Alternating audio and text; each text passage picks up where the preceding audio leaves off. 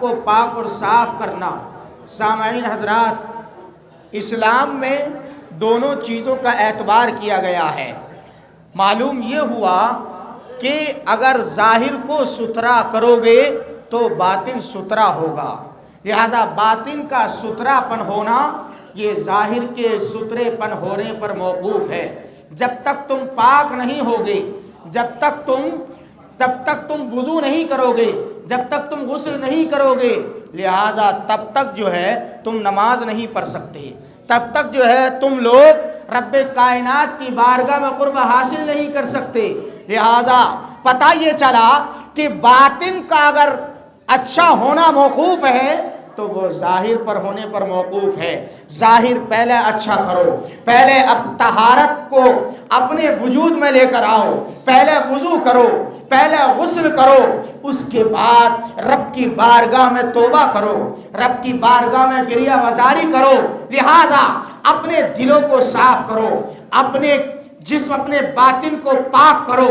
جب باطن پاک ہو جائے گا تو سمجھ لو سب کچھ پاک ہو جائے گا، پھر رب کی بارگاہ میں ایک مقام حاصل ہو جائے گا۔ کہنے کا مقصد یہ ہے کہ سامعین حضرات، آج عید الفطر ہے۔ عید کے معنی آتے ہیں خوشی کی، عید کے معنی آتے ہیں بار بار لوٹنے کے بھی، عید کے معنی خوشی کے آتے ہیں۔ یہ سمجھ لیجئے کہ مسلمانوں کے لیے رمضان المقدسہ کے بعد ایک دن عید کا دن رکھا گیا ہے۔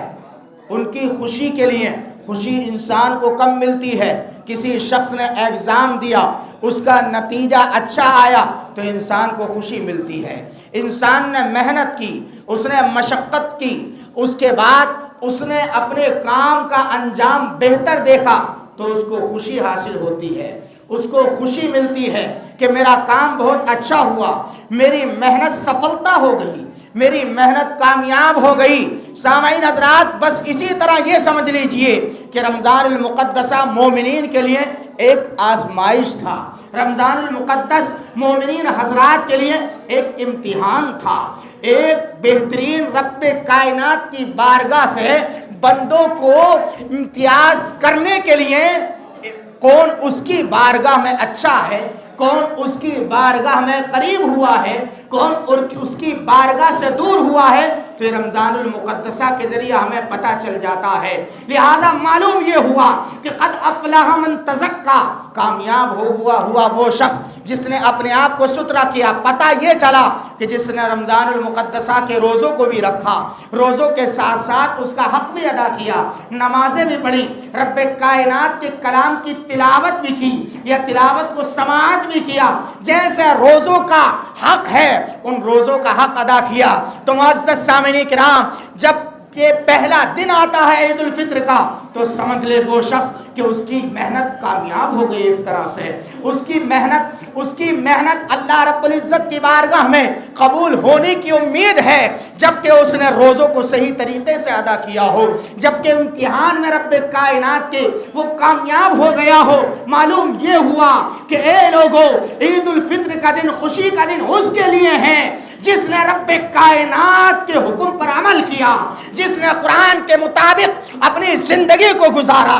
جس نے قرآن کے مطابق روزوں کو گزارا، جس نے تلاوت کلام اللہ کو کیا، جس نے تلاوت کلام اللہ کو سماعت کیا، جس نے رمضان المقدسہ میں نماز تراویح کو جماعت کے ساتھ ادا کیا، جس نے رب کائنات کی بارگاہ میں گریہ وزاری کی، رب کائنات کی بارگاہ میں اپنے گناہوں سے معافی مانگی، تب رب کائنات نے اس کے لیے ایک خوشی کا دن قائم کر دیا۔ رب تبارک و تعالیٰ نے اس کے لیے خوشی کا دن قائم کر دیا۔ تو معلوم یہ ہوا کہ عید الفطر کا دن کے معنی کیا تھے؟ خوشی کے، ہے نا؟ اور خوشی انسان کو تبھی حاصل ہوتی ہے جبکہ اس کی محنت کامیاب ہو جاتی ہے، اس کی محنت کامیاب ہو جاتی ہے۔ اب سنو، رب کائنات، حدیث پاک میں رب کائنات اپنی بہترین لشکر یعنی فرشتوں کی جماعت سے ارشاد فرماتا ہے، جب عید کی صبح ہوتی ہے، اے میرے فرشتوں جاؤ گلیوں کے راستوں کے سرہانوں پر کھڑے ہو جاؤ اور ندا کرو، اے امت محمدیہ صلی اللہ تعالی علیہ وسلم آؤ رب کی بارگاہ میں، رب کائنات کی رحمت تمہیں طلب کر رہی ہے، آؤ رب کائنات کی بارگاہ میں، اللہ رب العزت کی رحمت تمہاری طرف دوڑ رہی ہے، آؤ رب کائنات کی بارگاہ میں، رب کائنات تم کو بلا رہا ہے، بارگاہ عزتی میں تمہارا بلاوا ہے، آؤ رب کی بارگاہ میں، رب کائنات کی رحمت پکار پکار کر کہہ رہی ہے، اے میرے چاہنے والو، اے میرے حکم پر عمل کرنے والو، اے میرے پیارے نیک اور محبوب بندو، مانگ لو جو تم کو مانگنا ہے، ہم تم کو عطا کریں گے، رزق مانگنا ہے رزق عطا کریں گے، شہرت مانگنی ہے شہرت عطا کریں گے، دولت مانگنی ہے دولت عطا کریں گے، آخرت مانگنی ہے آخرت مانگیں گے، دنیا مانگنی ہے تو ہم تم کو دنیا میں سے وہ دیں گے جو تمہاری زندگی کے لیے بہتر ہو، جو تمہاری زندگی میں ایسا انقلاب برپا کرے کہ تمہاری دنیا کو بھی کامیاب بنا دے اور آخرت کو بھی کامیاب بنا دے۔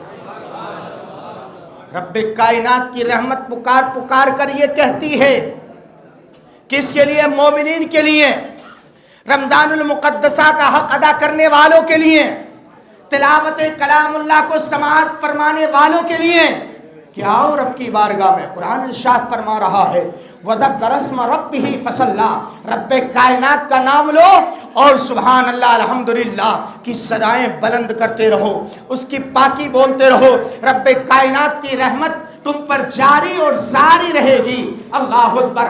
اب ذرا اور آگے بڑھیے معزز سامعین کرام، ادھر تو اللہ رب العزت کی بے پایا رحمت مومنین پر ہوتی ہے، جب شیطان اس رحمت کو دیکھتا ہے تو بدحواس ہو جاتا ہے، وہ دیوانہ ہو جاتا ہے، وہ پاگل ہو جاتا ہے، اس لیے کہ ایک روایت یہ بھی آئی ہے کہ معزز سامعین کرام جتنے لوگوں کو اللہ رب العزت رمضان المقدسہ میں جہنم سے آزاد فرماتا ہے، اس پوری کل تعداد کے برابر اللہ رب العزت عید کے دن لوگوں کو جہنم سے آزادی عطا فرماتا ہے، اس لیے کہ یہ خوشی کا دن ہے، یہ خوشیوں کو بانٹنے کا دن ہے۔ سامعین حضرات، بیان کیا جاتا ہے اب شیطان بدحواس ہوتا ہے، وہ پاگل ہو جاتا ہے رب کی رحمتوں کو دیکھ کر، رب کائنات کی رحمت جب اس کے بندوں پر ہوتی ہے تو وہ دیوانہ ہو جاتا ہے، اس کے حواری جواری، اس کے چیلے، اس کے دم چھلے آتے ہیں، ہمارے سردار آخرکار تم غضبناک کیوں ہوتے ہو، تم بدحواس کیوں ہوتے ہو،